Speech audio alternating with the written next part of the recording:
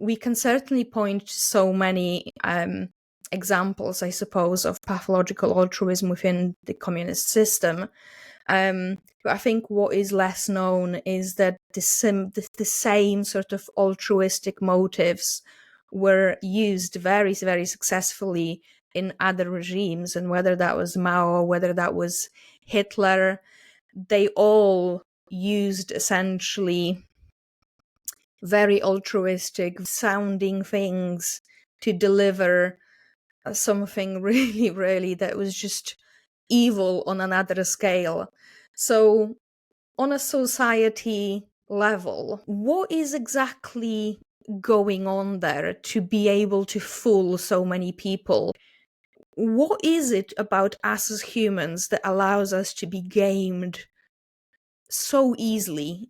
It seems so easily. Well, what a great question. I think it's a very complex question because there's many, many, many different ways to game a human. One way is, for example, when Mao was sort of making his march through China, people who would escape the areas that he controlled would try to tell others that it is horrific what is actually happening in those areas.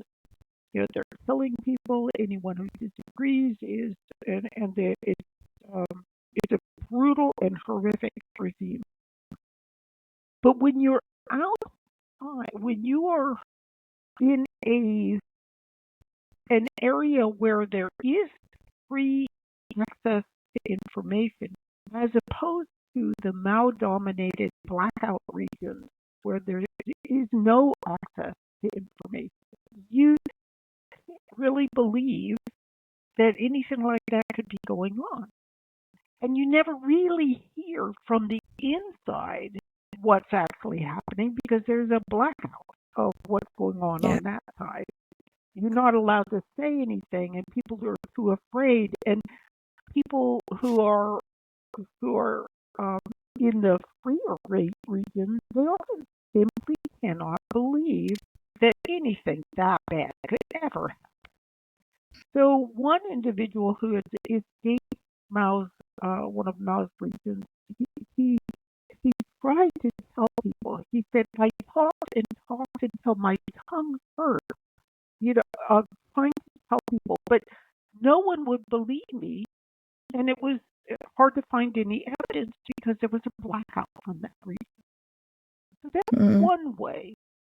Another way is when people are really young, they are experienced blind. In other words, if they've been taught that people are generally good, empathy is a very good thing, and so forth. Older people have their own challenges. They can be stuck in the mud. It's very difficult for them to change society, change languages and cultures. They have their own challenges, but young people have their challenges too, and that is that experiential blindness.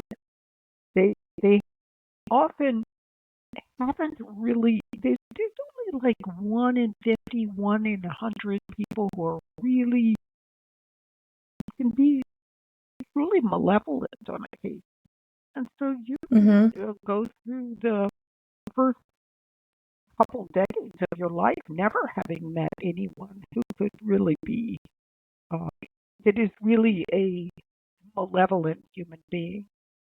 You just don't believe people believe that.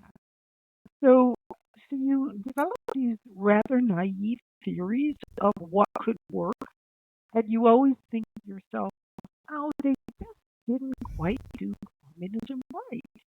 If they just did it this way." And because of their experiential blindness, they're unaware that there are always going to be malevolent individuals out there in their small percentages who will be wanting to climb as high as they can in the social structure. And as soon as they climb high, they can overturn whatever that system is and start kind of being a bit nefarious and not so good. If you don't have multiple systems competing, and that's still not really the best. Any system that is more uniparty can allow a malevolent individual to climb high, and that's just not good news.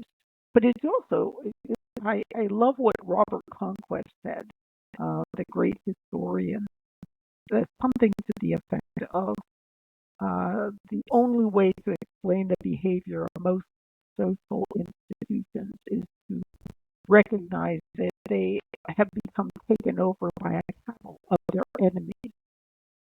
And when you look at some social institutions, yeah, they do seem to be like somehow rooting for the other side, even while they're saying they're helpful for their group.